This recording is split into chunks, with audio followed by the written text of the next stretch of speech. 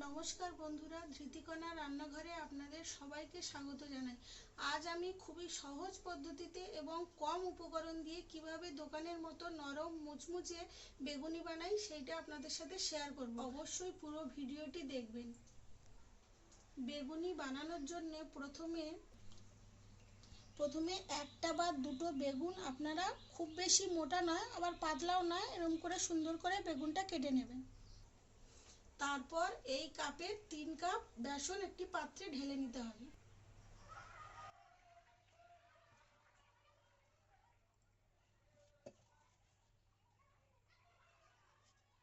বেসনটা দেওয়া হয়ে গেলে এই চামচের মাপে অল্প লবণ,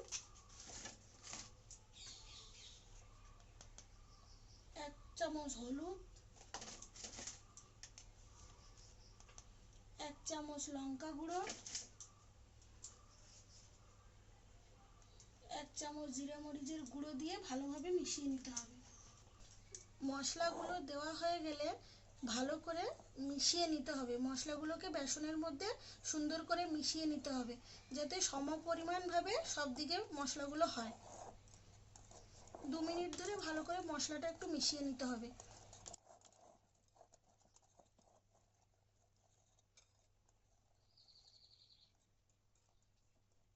মশলাগুলো ভালো করে মিশিয়ে নেওয়ার পরে অল্প অল্প করে জল দিতে হবে।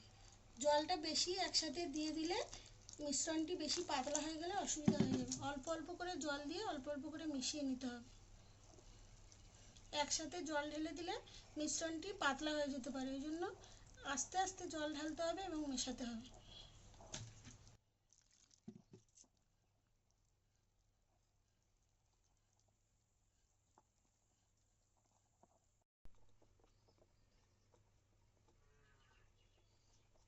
মিশ্রণটি খুব একটা পাতলাও হবে না, খুব একটা গাঢ়ও হবে না। দেখুন মিশ্রণটি এইরকম হবে।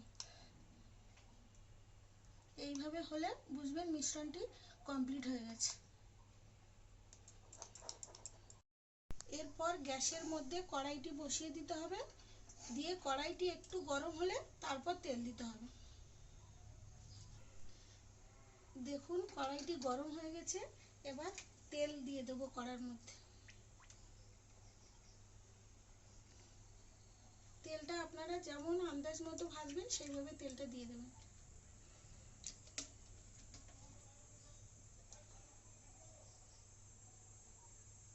তেল গরম হয়ে গেছে, দেখুন 2 মিনিট মতো তেলটা গরম করে নিতে হবে। তেলটা গরম হয়ে গেলে বেগুনটাকে এইভাবে সুন্দর করে দুপাশের দিকে ভালো করে মাখিয়ে নিতে হবে।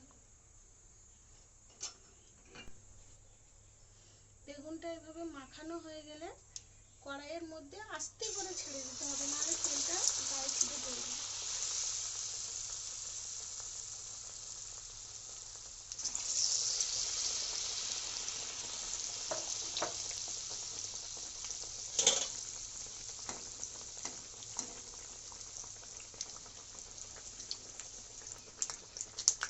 দেখুন বন্ধুরা, বেগুনটা কত সুন্দর ফুলে যাচ্ছে এবং এভাবে করে তেল ছিটিয়ে দিলে আরো সুন্দর হয়ে ফুলবে।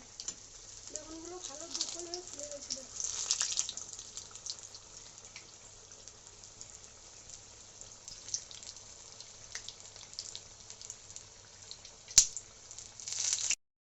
এইভাবে করে মাখিয়ে সমস্ত বেগুনগুলো ভেজে নিতে হবে।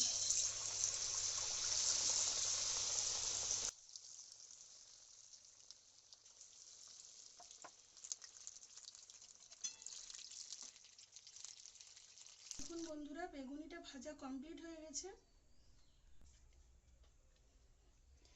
দেখুন বেগুনিটা কত সুন্দর ফুলকো ফুলকো হয়েছে এবং বেগুনিটা খেতেও খুব সুন্দর হয়েছে। ভিডিওটি ভালো লেগে থাকলে ভিডিওটি লাইক করবেন এবং চ্যানেলটিকে সাবস্ক্রাইব করে পাশে থাকবেন। এখানেই ভিডিওটি শেষ করছি আজকের মতো।